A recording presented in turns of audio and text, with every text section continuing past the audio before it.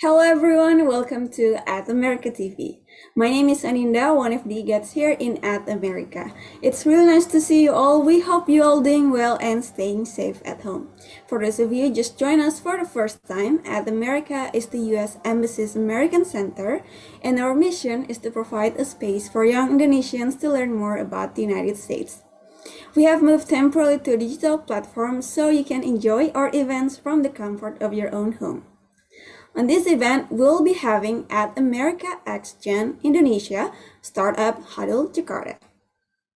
By the way, did you know, as a continuation of our 10th anniversary celebration, we are having a very special activity each month with different giveaways. This August, we have #Academania, in which we are giving out a voucher for the TOEFL IBT test and another American standardized test of your choice. To know more and how to join this activity, please visit atam.tv/academania. In the meantime, let's break the ice with a little game. The question for today is, which of the following US startups was founded by Elon Musk? Is it A, Epic Games, B, Airbnb, C, SpaceX, or D, Pinterest? If you already know the answer, you can start typing your answer on our social media, because in the end of the event, we will do a live shout out for those of you who can guess the answer correctly. Other than that, don't forget to take a selfie and tag at America's Instagram account. Without further ado, please welcome our moderator for today, Edi Wiharja, startup coach and founder of ImpactNer. Time is yours. Hi, thank you, Alina, for introducing me. Good evening, everyone, and welcome back to Startup Huddle Jakarta collaboration with At America. And today's our second event, and hope will be more to come. First of all, I want to say thank you to all representation of communities. First is Ms. Trisna Anchalia Kardia as Chief Commercial Officer of Line Indonesia, and she's representing the community of mentors. And second is there is Mr. Agung Besaria Hadinegoro as CEO of Warung Pintar Group, and he is representing the community of founders. And also thank you to our partners from At America in collaboration with Jane Indonesia, ImpactNer Startup Business School, Indogen Capital, and Kukalola that support this event. First, allow me to introduce myself. My name is Edi Wiharja. I'm a founder ImpactNer Startup Business Schools, and I'm the organizer of Startup Huddle Jakarta. And I come with all full team.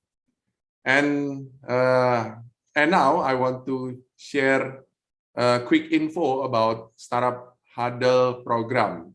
Startup Huddle is a program that was started by the Global Entrepreneur Network. Now there are more or less 50 community across the world in more than 30 countries that hold Startup Huddle events. And Startup Huddle is a program designed to help one entrepreneur at a time while strengthening the local ecosystem. And entrepreneurs discover solutions to challenge they face through proposal engagement with a broad array of voices from their local community. The Startup Huddle format is consistent in each location at a consistent meeting place. But now, because of pandemic, we consistent in the Zoom platform. There will be one or two early stage startup founders and give a 6-minute presentation about their company to a diverse audience from their local community. And each presentation is followed by a 20 or 30-minute question and answer, where the community provides ideas, connection, and feedback for the entrepreneur by providing a monthly meetup for the local ecosystem. And Startup Huddle builds community one entrepreneur at a time. And I'm glad you are here, and I hope you will come back again next time for the next Startup Huddle. And if you like to see me If you like to see the upcoming represent community of previous presenter, you can go to our website or social media, Instagram and YouTube at impactner.com or saraphaddlejakarta.com. Okay. Before we start the show, let's play game. And if you are lucky, you will get a gift from America. And please put your real name in the game. If not, if you not put your real name, you cannot claim the gift. If you win, of course. And there will be top 3 who get the gift. And I'm switching to bahasa untuk games biar bicaranya lebih lancar gitu kan. Nah, pertama, kalian harus login ke mentimeter.com dan masukkan kode yang ada yang diberikan ini. Dan jangan lupa memasukkan nama sebenarnya. Saya ulangi ya, jangan lupa memasukkan nama sebenarnya. Dan jika Anda ini adalah pemenangnya nanti, maka jangan lupa untuk screen capture bagi pemenang tersebut. Ya, jika tidak mencantumkan nama sebenarnya, maka hadiah tidak bisa diambil jika kamu menang. Itu rule-nya ya, teman-teman semua. Harap untuk mengikuti arahan kami. Dan sementara ini kami akan berikan waktu 1 menit dari sekarang, mulai dari login sampai ganti nama dan siap main. Sementara menunggu teman-teman semua mempersiapkan diri di mentimeter.com, maka saya infokan bahwa ada 5 pertanyaan, dan siapa yang paling cepat dan benar menjawab pertanyaan tersebut, maka akan terlihat hasilnya di sini. Oke? Nah, are you ready? Kalau sudah ready, maka kita bisa mulai dengan pertanyaan pertama. Apakah sudah ready, Pak?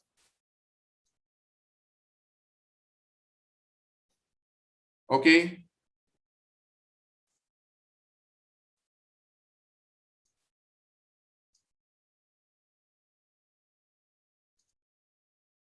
Apakah sudah ready?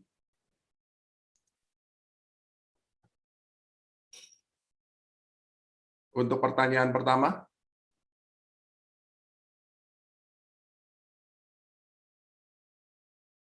Saya ulangi untuk teman-teman bisa masuk ke mentimeter.com seperti yang tadi disampaikan, yang tadi terlihat di. Oke, kita akan tunggu sebentar. Nah, ini sudah keluar. Ini jangan lupa ya, masuk ke menti.com dan gunakan kode 8117-6866. Saya ulangi, 8117-6866. Nah, ini kayaknya cukup lumayan banyak ya yang sedang masuk, dan ada 5 pertanyaan yang akan kita tanyakan, dan teman-teman harus cepat-cepat ya untuk merebut atau menjawab gitu. Nah, ingat ada 3 pemenang. Oke, jangan lupa screen capture. Sebutkan nama startup yang dibahas pada acara Startup Huddle Jakarta kali ini. Siapa cepat dia dapat. Apakah Wordsmith Group, Word Count Group, atau Word of Mouth Group? Oke, teman-teman semua. 3, 2, 1. Oke, coba kita lihat. Wah, berarti jawabannya ada 12 orang Wordsmith Group. Yes. Dan kita tunggu hasilnya sementara. Oke, kita lihat lagi sementara. Nah, ini lagi muter. Oke, namanya siapa yang paling utama?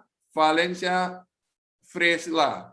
Kemudian Farica, Tresna, Ning Andinda, dan Alek Ludi. Oke, dan seterusnya. Ingat ya, 3 orang pemenang. Nanti pada akhir pertanyaan nomor 5. Oke, silakan kita pertanyaan kedua. Berikut pertanyaan nomor 2, silakan. Apa tagline dari startup yang dibahas pada acara Startup Huddle Jakarta kali ini? Nah, ini cukup lumayan seru nih kalau kalian nggak baca captionnya. Nah, ini bisa nggak tahu nih. Oke, 3, 2, 1. Oke. Wah, ternyata ada 11 orang yang menjawab because words matter. Berarti mereka membaca caption yang ada di sosial media. Oke, kita lihat siapa yang urutan ketiga, top 3. Wah, ini ternyata masih... Oh, ternyata sudah berubah. Asmil yang pertama, Valencia yang kedua, Farisa yang ketiga. Wah, ini berarti Valencia dan Farisa masih bertahan. Lanjut, pertanyaan ketiga. Siap-siap ya. Siapa cepat? Siapa cepat? Apa servis utama dari startup yang dibahas pada acara Startup Huddle Jakarta kali ini? Apakah marketplace? Apakah transportasi? Atau penerjemah dan penulisan? Kalau ini nggak bisa dijawab, terlalu. Ini pasti bisa dijawab. Oke, silakan. Wah, berarti terlalu yang tidak bisa menjawab. Di sini ada 8 orang yang menjawab. Penerjemah dan penulisan. Oke, kita lihat siapa yang menduduki peringkat pertama, kedua, dan ketiga. Oke. Ya, Farisa, Valencia, dan Paradita Gea. Wah, ini dua-dua ini keren nih. Sama-sama saling menyusul. Silakan. Pertanyaan selanjutnya. Yang nomor 4, oke. Coba, di dalam dunia startup dikenal istilah MVP. Apa kebanyakan MVP? Nah, ini cukup lumayan nih, pasti tricky. Pertama, most valuable player atau minimum viable product atau modul verifikasi penjualan. Silakan, ayo masukkan yang benar. Kalau ini, coba kita lihat. Wah, ternyata lebih banyak yang mengerti. Berarti ini teman-teman anak-anak startup nih. Oke, bagus. Nah, kita lihat ya. Siapa nih yang paling utama? Coba kita lihat, kayaknya... Wah, ternyata Valencia, Alex Ludi, sama Farisa. Nah, ini susul-susulan. Oke, ini pertanyaan terakhir. Harus cepat, harus tepat. Silakan. Apakah startup pertama Indonesia yang berhasil mencapai predikat unicorn? Oke, ada 3. Apakah Tokopedia, apakah Gojek, ataukah Ruang Guru? Oke, siap-siap. Siapa yang akan menang? Jangan lupa, oke, Gojek. Ada 12 orang yang memilih Gojek. Keren banget. Oke, untuk teman-teman semua, jangan lupa ya, 3 pemenang ini harap screen capture karena ada gift dari Amerika, itu keren banget. Saya nggak bisa main sih. Kalau saya bisa main, saya pasti mau main. Oke, yang pertama adalah Valencia Frisella dengan 4272 poin. Kemudian kedua, siapa? Oh, cuma satu. Alex Ludi. Ya. Ada Alex Ludi dan yang ketiga Yara. Oke, berarti ada Alex Ludi dan Yara Safira. Oke, berarti ada 3 ini. Tolong di screen capture, dan bagi teman-teman nanti menghubungi @America Team, jangan lupa untuk kasih screen capture-nya. Oke? Kita kembali sebentar, saya lihat. Oke. Berarti sekarang kita kembali ke acara kita ya. Nah, sekali lagi jangan lupa screen capture bagi pemenang tadi, ketiga pemenang, dan langsung bisa klaim ke tim at America. Jangan lupa menghubungi mereka ya. Okay. Now back to the show. Now I will introduce our presenter, Mr. Iskandar Zulkarnain, as a General Manager of Wordsmith Group. Iskandar has been in the startup since 2013 when he joined a Malaysian company in Petaling Jaya and handle Indonesia market. He has broad knowledge on marketing communication, business development, and strategic planning. And Wordsmith Group provide language-based solution for entities who seek to achieve effective communication by using the power of language. This position intertwined with Iskandar passion to language.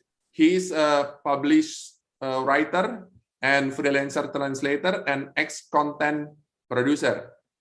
In this session of Startup Huddle Jakarta, Iskandar will share insight on how to manage at a niche business, finding opportunity within a very segmented category by consult with expert on how to tackle some of the great challenges of growing a business. Okay, now it's your time to start present your business ID and business idea. And let me remind you again, your time is only 6 minutes and our team will help as a timekeeper. Okay, the time is yours.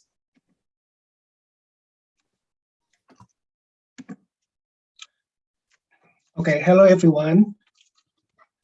My name is Iskandar Zulkarnain. I'm General Manager of Wordsmith Group Jakarta. It's an honor for me today to deliver a presentation in front of you today. The topic today is navigating global business through digital communication, which I guess can be started with an introduction. Oh, sorry. Okay, for those who are not familiar with Wordsmith Group, we are a language-based service solution, language-based service providers that was founded in 2011. Our main service consists of translation, interpretation, and writing. We have been 100% remote working since our establishment, while our mission is to empower community through language-based services. So what differentiates Wordsmith Group with our competitors is our services. We have services from translation companies, writing companies, and digital media agencies combined. Now, Owen, this is the start about our clients.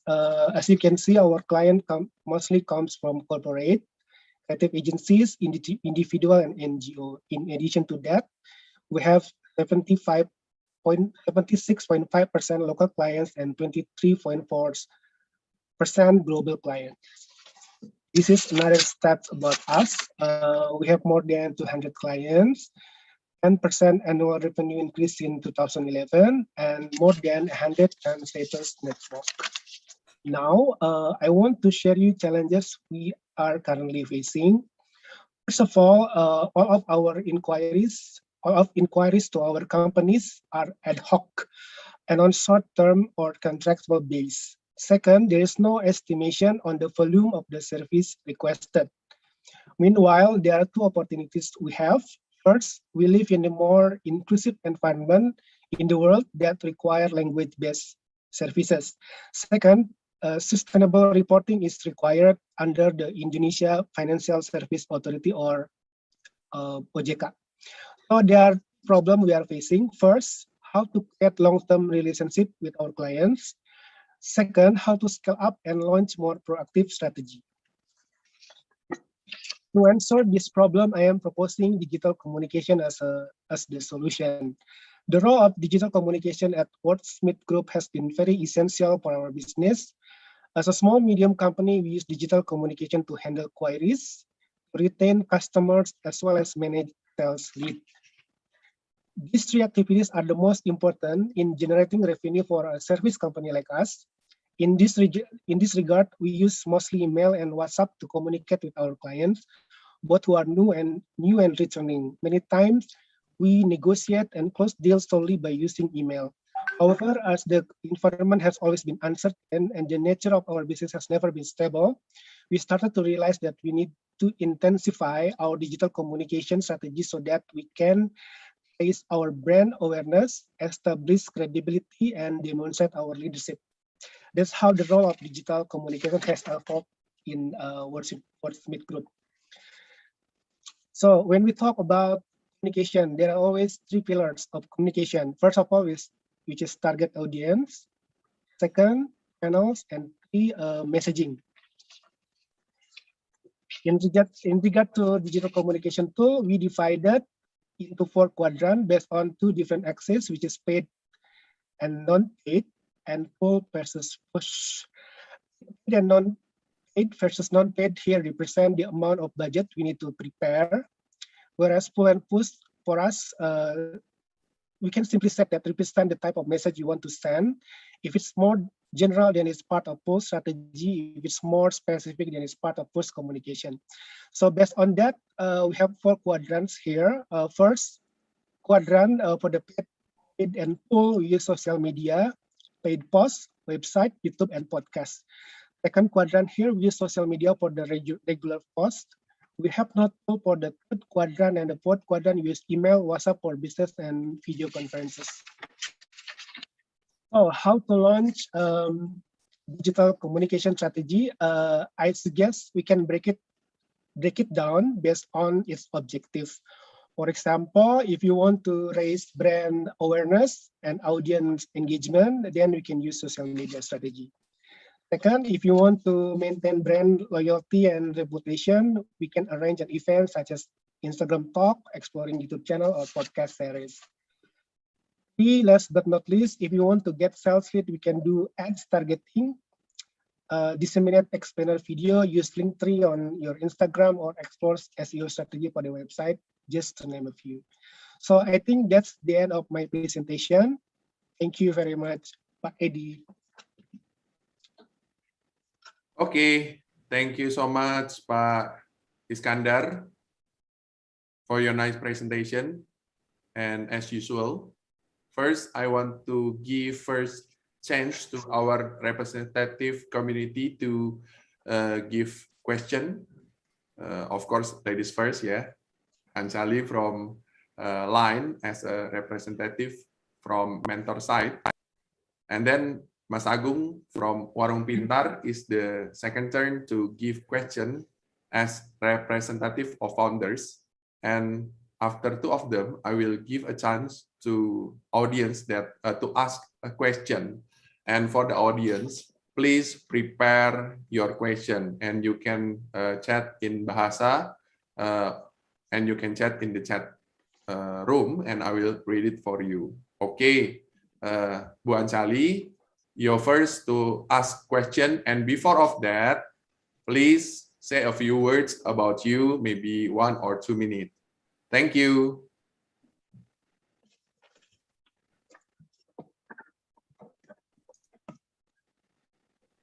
Yes, Bu Anjali.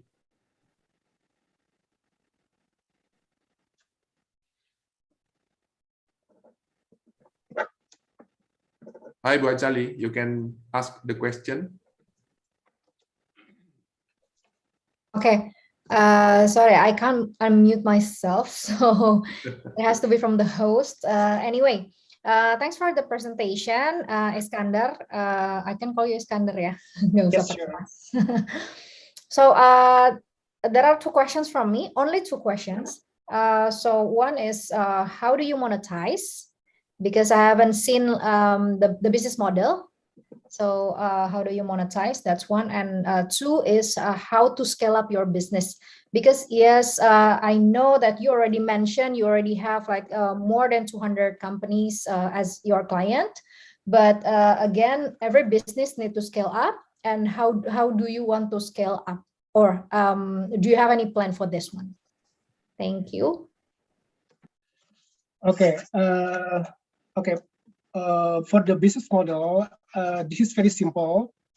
So we don't have any like a very complicated business model like maybe startup, current startup. We are not like that. So our business model is very simple, very conventional. So basically, we provide language-based services to our clients. We are charging them with our fee, with the fee. So that's all. So that's all our business model. So in terms of monetization, I think probably that we cannot use the term for Wordsmith Group because we are a service company. We are quite conventional, but the challenge here is different. We are niche service company, and we really have segmented services. So what we have already secure, like a regular way on how we generate revenue, but because our business, or because we are very segmented, that's what make our startup or with Wordsmith Group it's not big as we are expected, even though we are in the business in 2011. So I think that the challenge for us is your second question, which is how do we scale up? That's a very good question. This is why we are here. We want to get input from the community on how we, as a very niche startup, will be able to scale up. And I think we can try with the digital communication because we are a digital-based company. We don't have any offline activity so far. So what we are trying to do is we will intensify our digital marketing. We will intensify our go-to-market by using digital, including but not limited to social media, YouTube, and so basically digital. That's how we are going to scale up our business. So the objective is to get more revenue, to generate more revenue, but it's not only that. We also want to increase our brand awareness and establishing our top leadership in the industry. I hope I answered your question. Can I ask another question? Yes, sure. Okay.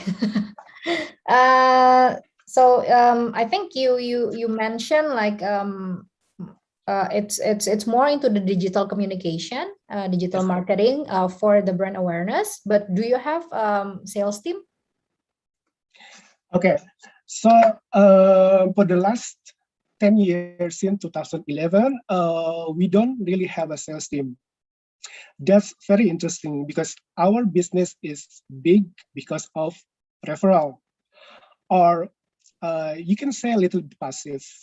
So we don't really have a sales team, but because our service is good, people recommend us. So we use recommendation. We have a really good relationship. We established a really good relationship with our previous client from our early years.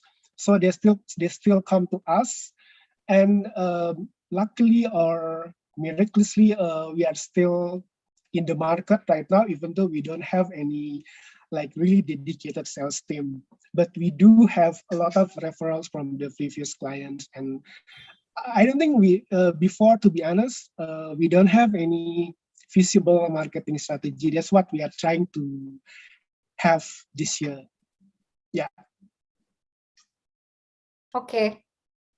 Okay, thank you, Anjali, for the question. But because maybe you are muted, so you can share about a little bit about you. So basically, hi everyone. My name is Anjali. So I started. My background is from media. Started in 2006. But it was in 2010 where I take a risk. I moved into digital, so I thought it was like the first time when digital coming into Indonesia and became popular in 2010. So I take a risk. I joined Dilkeren, if you know Dilkeren or Living Social back then. So I was the first employee, only work with CEO and COO. So I was thought it was a joke when I go to the office, and then there was only 2%. So basically, that's that. So when I was joining the first startup, I did everything, sales, customer service, finance, marketing, everything. That was my first experience in living social. But luckily, because you are in startup, so you learn everything there. I also, have a lot of, knowledge about digital because I came from media and no knowledge about digital. And then I moved to Telkomsel for 2 years, and from 2012 and 2014.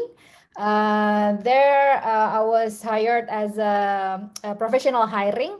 So it's more to, how you say it, like transfer knowledge as a professional to their internal employee about digital. And then moved to Zomato as a AVP of sales, and then moved to Line from 2018. So though Line is like a big company, but actually the work is not like a big company, it's more like a startup. So for example, like currently I also lead one service, if you know Open Chat. So this product is built like 2 years ago. We only have 3 people here in Indonesia, and we're like doing everything. Like these 3 people doing everything from product marketing, digital marketing, and then offline marketing, and then the community, everything. So yeah, I think like even I was with Telkomsel, still like the work is like a startup. So yeah, for me, it's really startup. Though it was though I'm with a big company, but yeah, I think that's my experience that I can share. Okay, okay. Thank you so much, Anjali. We'll be back with you after Mas Agung. Sure. Okay, now Mas Agung, and now it's your turn to ask question. And before of that, same like Bu Anjali, please say a few words about you, maybe 1 or 2 minutes. Thank you. Sure. Thank you. Thank you. First of all, thank you, Bayadi from Startup Huddle, and also the team from Ad America for inviting me today to probably share a bit and give something to the community. So my name is Agung. I'm right now the co-founder and CEO of Warung Pintar. It's a company that we started about 3 years ago-ish. And we are empowering the traditional supply chain to be digital, and also empowering the warung, so the backbone of the Indonesian economy. So before that, I was working for a seed investment company, a seed investment firm called Ease Ventures. I was there for about, I think, almost 4 years. So I help out a lot of names that you probably heard: Uang Guru, Kudo, Tokopedia, and a few other guys, Traveloka, and a few other guys during their early stage. And for that, I was able to, that is where I was able to organize an event at America about probably 7-8 years ago. That was when I was working for GEPI, Global Entrepreneurship Program Indonesia, and I was heading the 2 things. The first one is the startup incubator, and then I got involved in the investment part as well. And by trade, I was in technology. So, but unfortunately, I'm not good enough in terms of tech. So I jump in on the business side. So that's probably 1 minute about myself. And I think I have just probably 2 questions to Mas Iskandar. Yeah. One is, I mean, like all startup founders or all business owner have dreams, of course. Like, what's your vision for a company? Where do you want to go? That's number 1. 2 is that I came in from a surface-based industry as well. So I started my own freelance journey. Then it becomes a software house. It becomes a design house. It becomes a production house. Or since I was back in uni, and I think there is where the time I kind of find out about this is back in 2009, and then I realized that there's a lot of changing in the tech industry, right? Like a lot of, if you're in 2009, you graduate from or you're a uni student in in technology, then you're actually building a service line. You're building an ERP for a distributor, or you're working for big names, Microsoft, then helping out banks, helping out all these companies, right? Building up something. So it's basically a service base. But then things are changing. There's comes e-commerce, they're coming all this software as a product. Software becoming a product, right? So my question would be, do you have a vision to turn your business from a service base into a product base? And if yes, where do you want to go? I mean, like, you have, multiple services, but then where do you think you want to go? I think that's the main question for myself. Thank you. Oh, very futuristic. I like the question so much. So first is, you asked me about vision and mission. Okay, so what I envision about Smith Group is we can empower people through the power of language. Language can be a barrier, and our service could eliminate it by providing meaning through translation and interpretation. Translation created business relationship beyond borders, spread ideas, encourage understanding and profitable cooperation between parties. But as time goes by, our startup has pivoted into providing other writing services, such as annual reporting and sustainability report, as well as content writing. So I think our mission, or what we want to do is, we want this to be experienced by our clients. They have pain points in terms of language. They want to be understood. They want to be, they want their businesses to be like accepted, to be bigger, but there some kind of language barrier, or in terms of as simple as maybe document translation, or the market they're targeted doesn't speak the language they speak. So we want to be able to help them with that.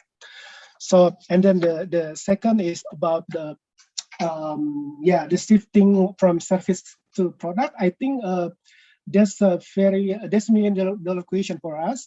Right now we are 10 years in the market, but we are very niche. We have a very unique business challenges. Like I shared to you previously, we cannot get long-term relationship or long-term sales with our clients. That I think that's a barrier to make our startup bigger. But to answer the question, I think it's very interesting to see everybody have plans to creating an application or anything like that. I think if you want to shift from service to product, we can do similar with that. I don't have any idea on mind right now, like an exact plausible ideas, but I think if you want to shift from service to product, it has to be something with artificial intelligence, probably. Direct translation, something like that. Yeah. Got it. No, just a quick one. So I think thank you, Mas Iskandar, for the answer. I think just my thought about it. So so if you, I mean, probably it's easier to show you a bit of about how you envision, right? So I think my question is not about like what's the vision on the mission or company, but it's more towards how do you envision the company, in the next 10 years or 20 years, right? So just to give an example, for us, Warung Pintar, we want to be the go-to for warungs. So if warungs want to buy something, they go to us. Warungs want to grow their business, they go to us. Warung want to increase their serviceability, they go to us. So basically, we wanted to be the top of the mind for warungs, and we want to grow the warungs. And actually, it happens with, for example, for the sake of the questions before, SpaceX, right? They wanted to create space ventures to be able to be accessible to everyman, right? So I think that's basically what I meant by how you envision. So I just wanted to know, I mean, like, I know you have you have the surface, but I believe that you have something more, right? Where do you see your company Wordsmith to be like in front of your clients or consumers or whatever it is, whoever it is in the future, and how do you probably forget about how you get there, like just probably share to us what's your dream about the company in the future. Okay.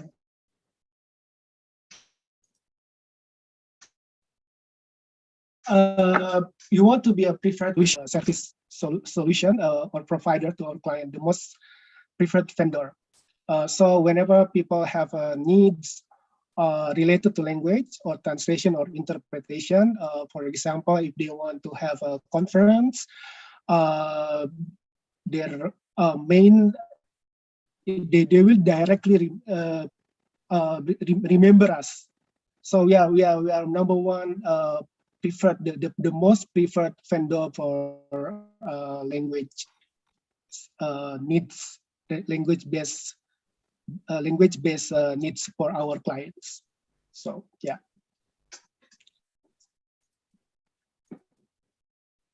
Got it. Thank you. Thank you very much. Okay, thank you, Mas Agung, for the question. Before I back to Anjali, I will jump to the audience, to give them a chance to ask the question, because there is already a person in the Zoom from Universitas Brawijaya,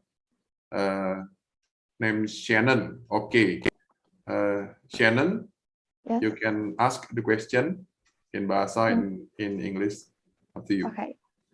Can you hear my voice? Yeah. Okay. So thank you very much for the opportunity for us to give a question. So my question would be the basic question. So how could you reach your segmented market through social media about your startup? As people, as we know, keep increasing their scale for what you offer. For example, copywriting, podcast translation, as you want to gain brand awareness. And so your startup has a high chance for having long survival life. And the second question, is it okay if I ask the questions? Okay for you. So the second question would be that, of course, every startup has its competitors. So I would like to ask you how your startup could overcome your competitors, including freelancers. What is your uniqueness other than your competitors? Thank you very much. Okay, Mas Iskandar, you can answer the question. Okay, I didn't really get the first question. I think the network is not very good, but I will try to answer. Your first question, if I'm not mistaken, is about how to communicate by using social media. Is that correct? But when we talk about communication, I think we need to understand that there are three pillars. First is the target audience. Second is the channel. The third is the messaging. So we need to use that. We need to understand that the combination of the three elements will define will bring us will make us will win the competition. And for the second question is, how do I overcome the competition? I think as you can see on my presentation, we are not only translation company, but we are that provide translation and interpretation service, but we are more like a combination between translation company, language company, and also digital media companies. So we have a service from three companies combined. So it's very different with other competitor. They are mostly focused on one aspect of the service that I mentioned. So for example, if one translation company, they only provide translation, and language company, they only provide writing, writing company, they only provide writing services. Digital media company, maybe they only provide digital content writing, but we have all those three all together in one company, which is Wordsmith Group. And yes, we have a lot of competitors, including from freelancer, but a lot of companies who want to work with other companies. So, for example, one company such as state-owned company, they don't want to work with freelancer or individual. They need to work with other companies. So it's regulated by their companies. So I think in that way we still have chances. We still have chances to win the competition. Okay. I hope I answered your question. Okay, I hope we answer your question. Okay, we are still waiting for another chat, yeah, in our platform in Zoom, Facebook, or YouTube. I will give to Anjali. Anjali, can you ask maybe one or two questions? Okay. So I'm interested with the revenue, because you said that you cannot project your revenue. It's all based on the ad hoc project, right? So have you tried to analyze the company spending, like not company spending, but the company's need, like how many time they use your service and how much they're spending? That's one. And second one is, have you tried to come back to them and then offer like an annual offering, but it's more into the annual spending. So it's not like doing the ad hoc project all the time, but in this way you can project the revenue better compared to the ad hoc. Yeah, this is one of the biggest challenges we have as a service company. So basically, the process we can do to analyze spending is by analyzing the kind of project we have right now from other companies, such as for writing annual report, we know some amount they will spend. For document translation, there are also different amount, but again, this is just we cannot ask them to give us like a annual project or long term. That's not the way they work, I think. So yeah, it's very difficult to project revenue because we, as a service company, we rely on them. We depend on this ad hoc project from them, but this is very difficult. This is very challenging because this is, like I said, this is they cannot change the nature of their request to us. So it's very difficult to get them to hire us for example, for 1 year like that. But the best thing we can do is to maintain our services. So that's the key to win the competition. So far, we have access in the market for 10 years. That means that's something good in that, like, because it means that we can maintain good relationship with our clients, even though we don't have any long-term agreement, but they still coming back to us. So I think, yeah, that's the key for a service company like us, is to maintain good relationship, to maintain quality. Communication is not something we can take for granted. Responsiveness as well. But in terms of having changes in the nature of these services we can provide to them, it's very difficult. Yeah. Okay. We're still waiting from the audience to ask question, and I will collect all of you for your question. But before of that, we will jump to Mas Agung. Mas Agung, can you give one or two questions?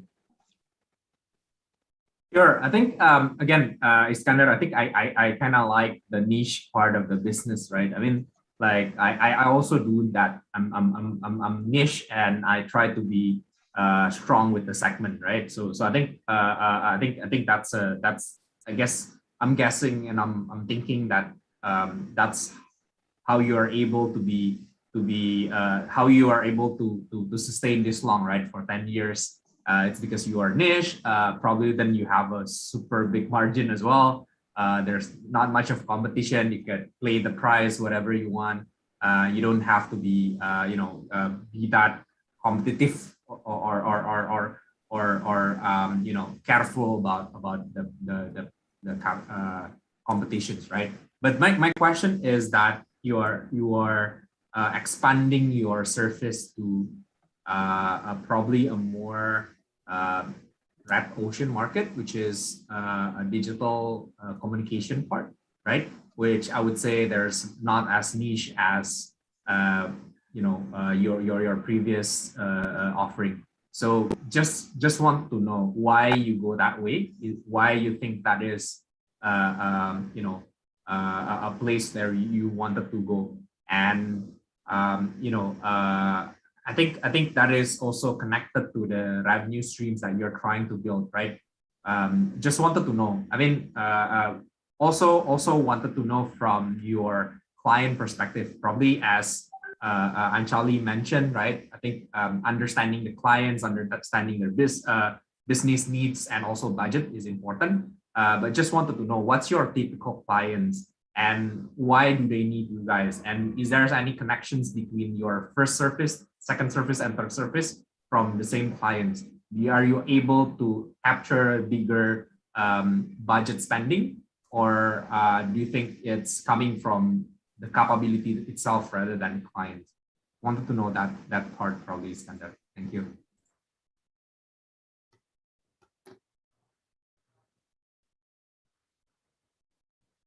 Oke, Mas Iskandar. Halo, Mas Iskandar. Oh, maybe the signal bad, yeah. Okay. I have a bad connection The issue. connection, yeah.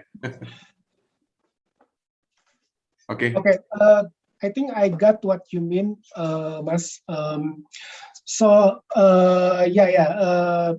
the use of digital communication for us is very important right now because first of all, digital technology enable us to use it almost free. We don't have to pay for their platform, but we need to pay for their ads, for example. So I think the fact alone has attracted us to use digital technology, but that's not the main reason. I think we need to exist for the future, but not only for the current. And we need to use digital for many reasons, not only for creating sales lead, but also for our brand awareness. Yes, our target audience is B2B market, or companies, or more corporates, or NGO, but the people who are key person of this targeted companies or corporate is having social media account or Instagram. And then it's very important for us to create a content strategy to display our expertise, to create sales lead and everything, so that whenever the needs arise, they will remember us. I hope I answered the question because I only got the half of it. It's fine. Just so wanted to know. So you're, I mean, like you have three kinds of service, right? Three category of service. Is it coming from the same clients, or each of the service have different client? Okay, it's from different clients. For example, translation or interpretation. Most of them come from, for example, non-government organization, NGO or intergovernmental organization like MCHAM, for example, but also some corporate from the division of legal division, for example. They need to translate the legal documents, right? So they come to us. And for the writing, we have a lot of corporate who also use us, banking, transportation as well. So it's from various clients, not from one client only. Yeah. Okay. Yeah. Okay. Yeah. Already answered the question, yeah. Yeah, if I may, another one probably was Okay. Anyway, It's not easy. just I mean, just wanted to know how you think about this, right? So I guess trying to kind of share something and bring value to the conversation. So I'm just wondering, like, why do you decide to branch your services to wider clients instead of going deep into single clients? So imagine this, right? You have 3 kind of service. Each of service have different kind of clients. Why do you decide to do that rather than probably one clients, say for example, client A have a needs of ABC, have a needs of 1, 2, 3, and 10. Why do you decided to be wide rather than be deep? Just curious about that. Okay, so okay, correct me if I'm wrong, but in startup we know the term pivot versus persevere. So we persevere I think for the first 2 years we persevere as only providing translation services and interpretation. That's our core service for the first 2 years. But then in the 3rd years we are accepting writing jobs such as annual report.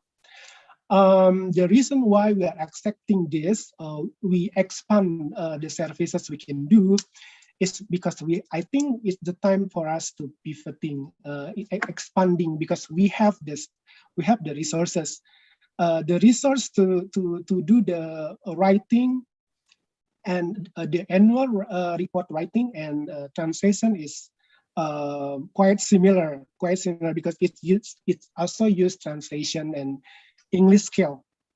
So yeah, I think the answer to the question is because we have the resource. I think it's the time for us to expand our service, and it's bring revenue for us, and it's still within our core services. It's still language thing, So yeah, why not? Okay, I guess. I have a question for Iskandar. Yes, Dan Charlie. Okay, because the panelists want to ask only one. Okay, only one, yeah, only one. Only one and short Okay. answer. Just curious. So, do you actually set a target? So, for example, like target, like how many clients, new clients, you should have in 1 year or next year, and then how much of the revenue target for next year, something like that. Do you set it? Yes. Okay. So our target is more than annual target. Our annual target is our annual revenue increase is 10% since 2011. So our target is more than that. But in terms of number of clients, we don't really have, because it doesn't mean that the more clients you have, the bigger annual you will have to. It's not something like that, because one client can only one, but maybe they want us to write their annual report. That's very big, huge amount. But maybe there's other clients who request a lot of service, but only like 5 pages of translation, and then 10 pages of translation is very small amount. So it's not in terms of number of clients, but more like annual revenue. Our annual revenue is we set to be higher than 10% for compared to, as opposed to previous years. Yeah. Okay. Thank you for panelists who asked the question, but I have to switch to the audience. There is Actually, there is two audience who ask in IG, yeah, but maybe if the time is fit, we will give two questions. But the first question is from Aninda at IG. Who are your business targets and how do you build engagement with them? Okay, you can answer the question, Mas Iskandar. Okay, our business target is mostly B2B and B2C, but mostly B2B lah. But how do we engage with them? As I explained earlier, we don't have a really feasible strategy as an effort to have a better outreach strategy since this year. So we rely on, like a referral or handling their inquiries like a passive approach. But we aware now that we cannot do that again because there's so many competition, and then the environment is changing, and then we also have our own vision for the future. So we are start to using digital communication to engage with them. So as you can see, we have now more visible on Instagram. We have a plan to utilize YouTube or podcast and LinkedIn maybe. So yeah, that's the answer. Okay, one more question, and we will answer. You will answer with short. What kind of? Okay, first from LX Forever in IG Instagram. What kind of people you are trying to recruit at the start of your company? People with skill or people with wide networks? Oh wow. People with skill. Okay, very short and good answer. Okay, thank you so much. The session of Q&A is finished, and thank you for all community members to participate in question and answer session. And I hope we all learn something in this Huddle Jakarta event. And now, before we end this event, I want to ask to Pak Iskandar, what can we as a community do to help you? Okay. What do you want? Okay. Yeah, I think you know that our business model is very niche, and the way we get revenue is very challenging. So maybe I need some insight or some comments that display experience, the similar experience from the panelists or from everyone. How do you scale the niche startup like us? Yeah, that's something that's the biggest challenge for us for Wordsmith Group. Okay, thank you for your explanation, Pak Iskandar. And I believe the community member can help you after this session. Maybe you can talk to Ms. Ansali and Mas Agung to help you. Okay, now we're going to end of this event.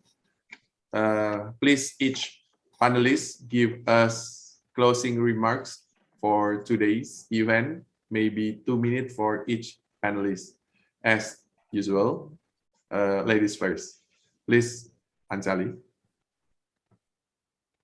Oh yeah, I think this event is really really beneficial, not only for the presenter, not only for the community, not only for the joinee, and even for us, the panelists. We usually will think again with the question that we have. We will think again.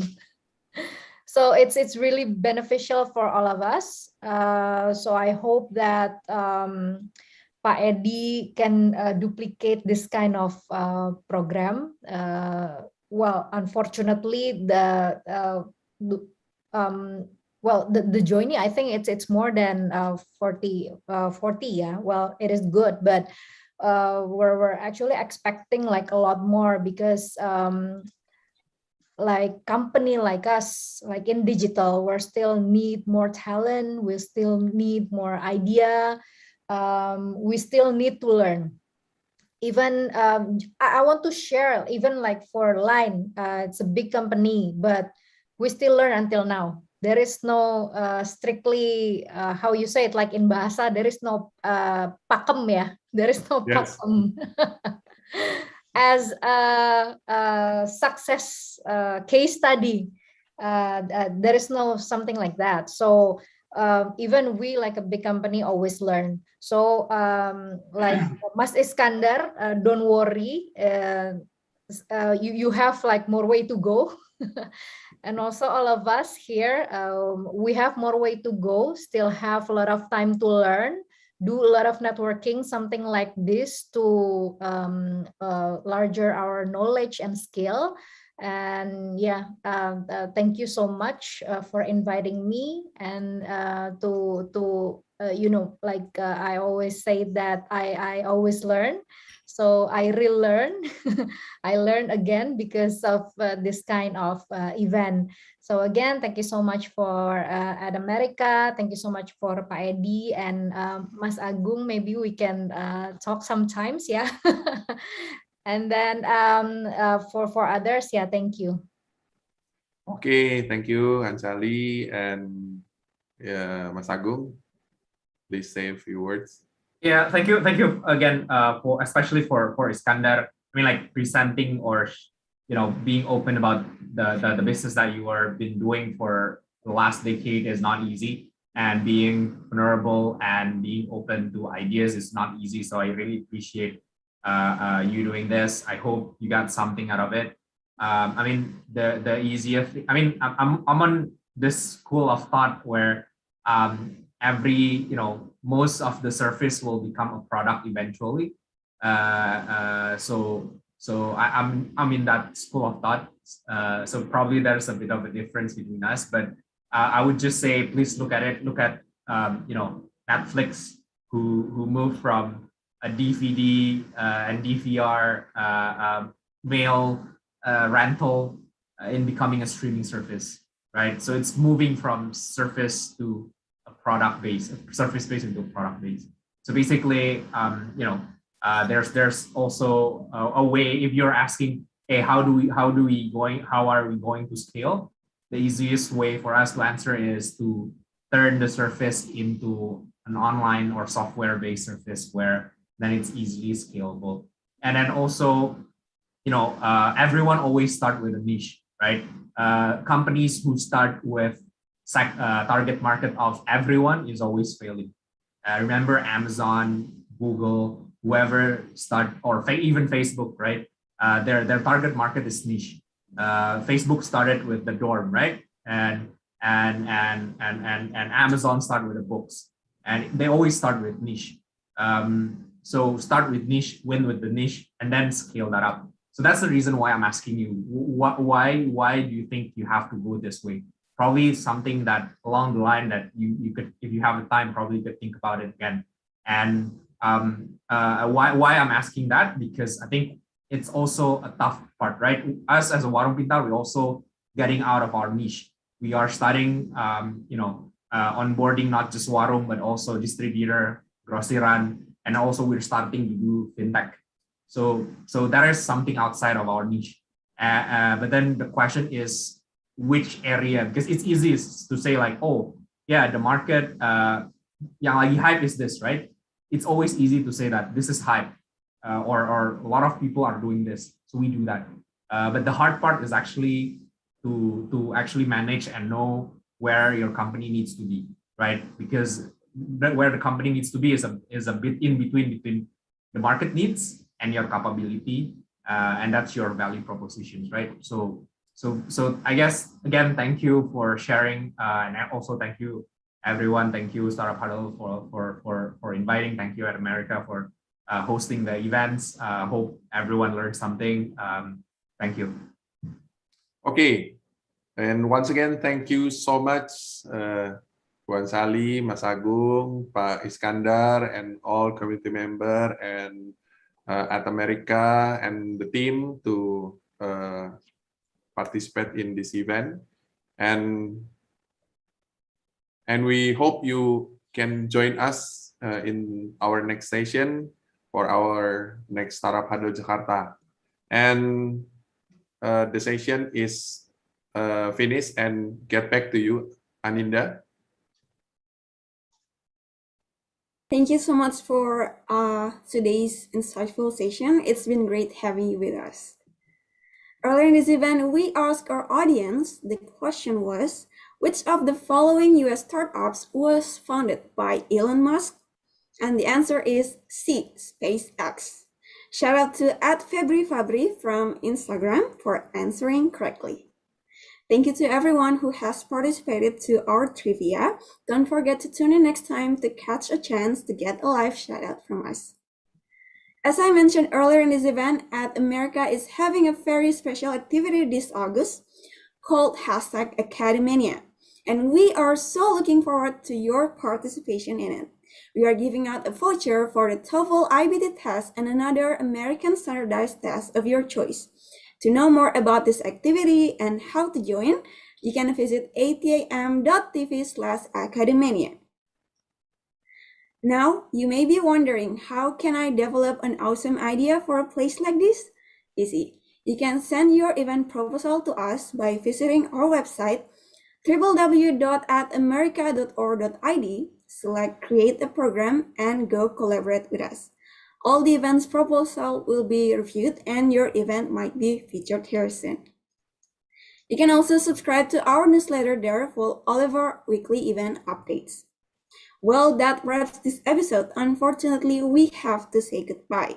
You can follow our Instagram, Twitter, and Facebook at @ATAmerica for our event updates, fun content, and so much more. Also, don't forget to subscribe to our YouTube channel. Thanks for joining us. Again, my name is Aninda, and have a good weekend, everyone.